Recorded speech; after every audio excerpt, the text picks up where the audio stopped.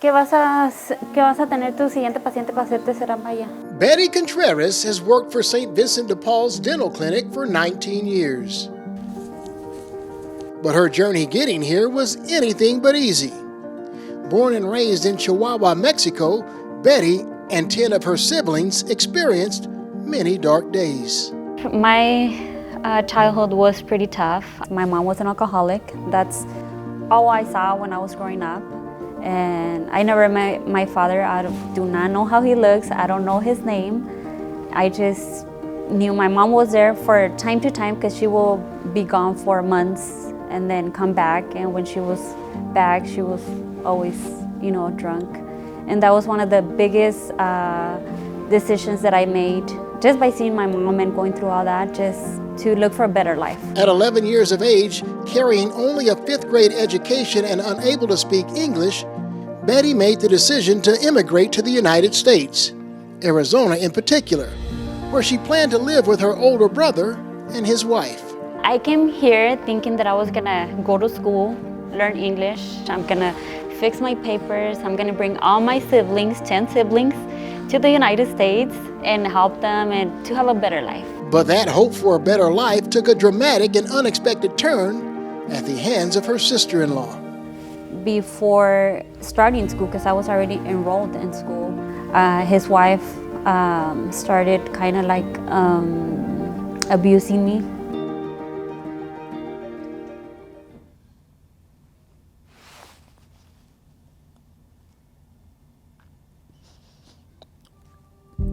I was only 11 years old, and she used to hit me a lot and lock me in a closet. I used to sleep in the closet.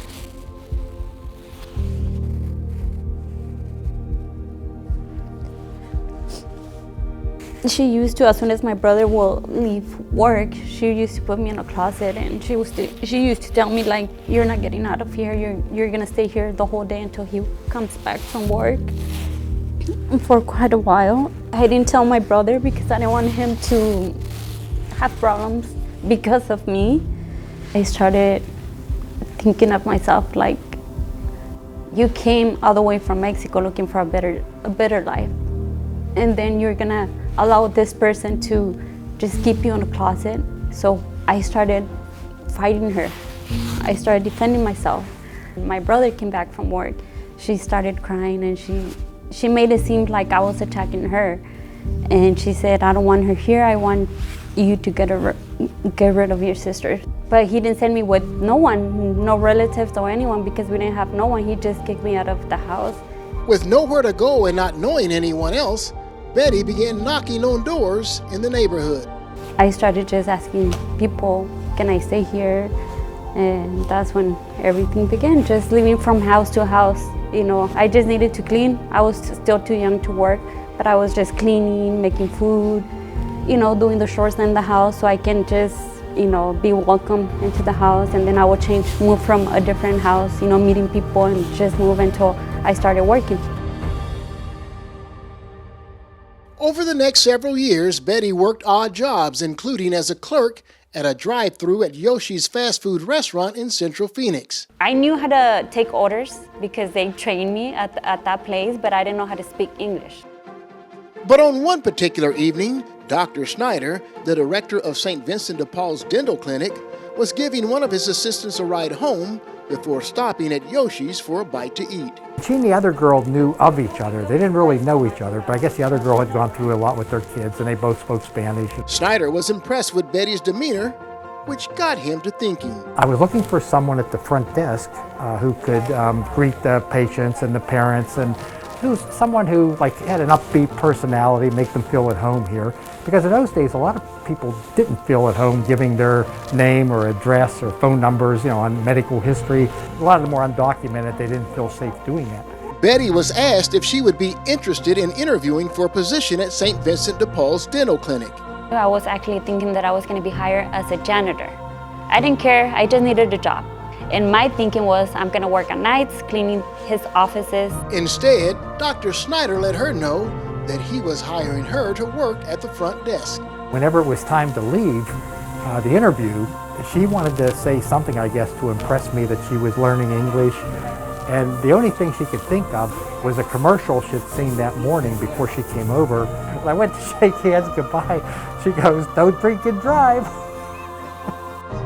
Betty turned out to be a godsend. After a few years on the job, Dr. Snyder encouraged her to get her GED. A few years later, she married and started a family. Dr. Snyder then encouraged her to take college courses toward dental school. He also pushed for her to get her citizenship papers. We all wrote letters. She probably had a mittful of letters she took, and I even took pictures of her working in the clinic and everything. And they went to El Paso, and they had their meeting, with the people, I guess immigration, and laid it all out. And I was kind of shocked. They told her, "We're going to have to go back." Because of school, Betty left her 5-year-old son behind with her husband and took her 2-year-old son with her to live with her in-laws in Chihuahua, Mexico. The only thing I could think is my son, that I was going to be away from him for 2 years because he was going to stay with his dad. And then I was going to take the little one. And then my husband, obviously, he was heartbroken. And he was like, "You know what? Forget this. We're going to cross you back illegally." And I was like, "Well, no, because if I do that, then I'm going to lose everything." So I said, somehow we have to make it work. We're going to be strong. Have to stay, whether I like it or not. And remember, I haven't been there since I was 11, so everything was going to be so new for me. While living with her in-laws in Chihuahua, Mexico, Betty tried finding a job. However, she was denied at every turn because she didn't have a high school diploma. So she decided to enroll in adult education classes. But on her first day of class... So I was just like, oh my God. Nothing but kids. And I was so embarrassed. One, because a 29-year-old with a bunch of kids, right? And then I didn't know anything. I didn't know how to, subtract, add, divisions, multiply, all those things. I only went to 5th grade education. Determined not to give up, Betty fought through the shame, studied extremely hard to learn before graduating. And after 2 long years, Betty's husband received a letter in the mail at their home in Arizona. He called Betty in Mexico with the news. He's like, "I opened it and it says that you approve." I started screaming like crazy. I started crying, screaming, running. I was really happy. Happy to be back in the United States, Betty returned to work at St. Vincent de Paul. She also received her naturalization papers, becoming a full-fledged United States citizen. This led Betty to pursue her dreams of becoming a dentist. It's been tough. It's been tough, working full-time, being a mom and going to school at nights. Many nights I remember calling him or Dr. Leva crying, being on the parking lot, the last person there crying.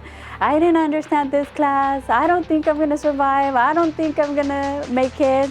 Maybe this is not for me." But Betty is simply too strong-willed and focused. She not only graduated, but put herself in position to be accepted into dental school. But after a sleepless night, the anticipated phone call she had hoped to come never did. I look at my phone, nothing. No email, no missed call. And I was sad.